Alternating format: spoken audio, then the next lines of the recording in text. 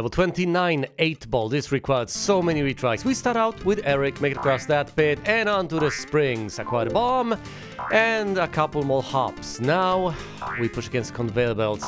Of course, this is relatively tricky, because as you push in one direction, you have to remember that the moment you disengage, you're no longer neutral, you are pushing in that direction, so we have to correct. Actually, that's kind of the point there, disorienting. I try to avoid the 8-ball from hitting me, which is more difficult than it may seem. Or at least it seems like it used to be more difficult.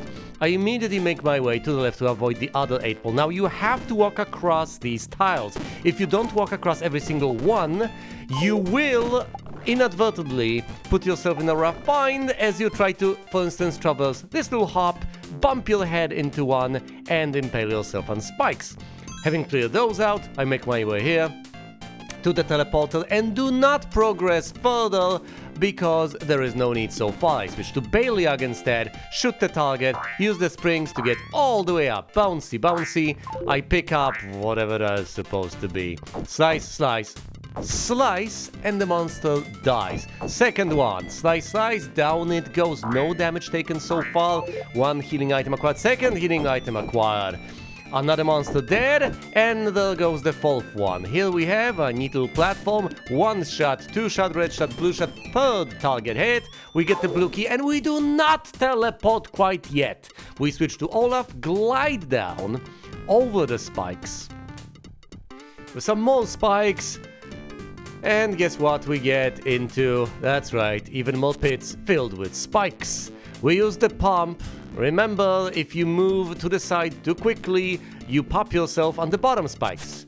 And if you move too late, you pop yourself on the top spikes.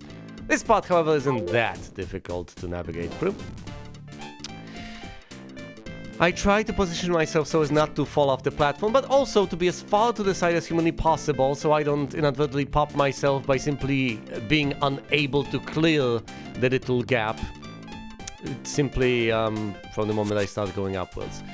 I go across these little spikes, deflate tactically. I do not try to go for this immediately. I take it slow and instead use the little spring. I try to time it properly so as, you know, not to unnecessarily impale myself either way. I need to let go of the shield to let gravity do its thing. Well, actually, it's not gravity, it's air resistance, but, you know, whatever. We finally get to the teleporter with the third Viking. And I teleport Olaf first, because everywhere you go, if at all possible, you should go Olaf first. As demonstrated here, it's a very wise choice indeed, because we encounter a little beastie over there. Had I teleported that with Eric first, I would have been in a rough bind indeed.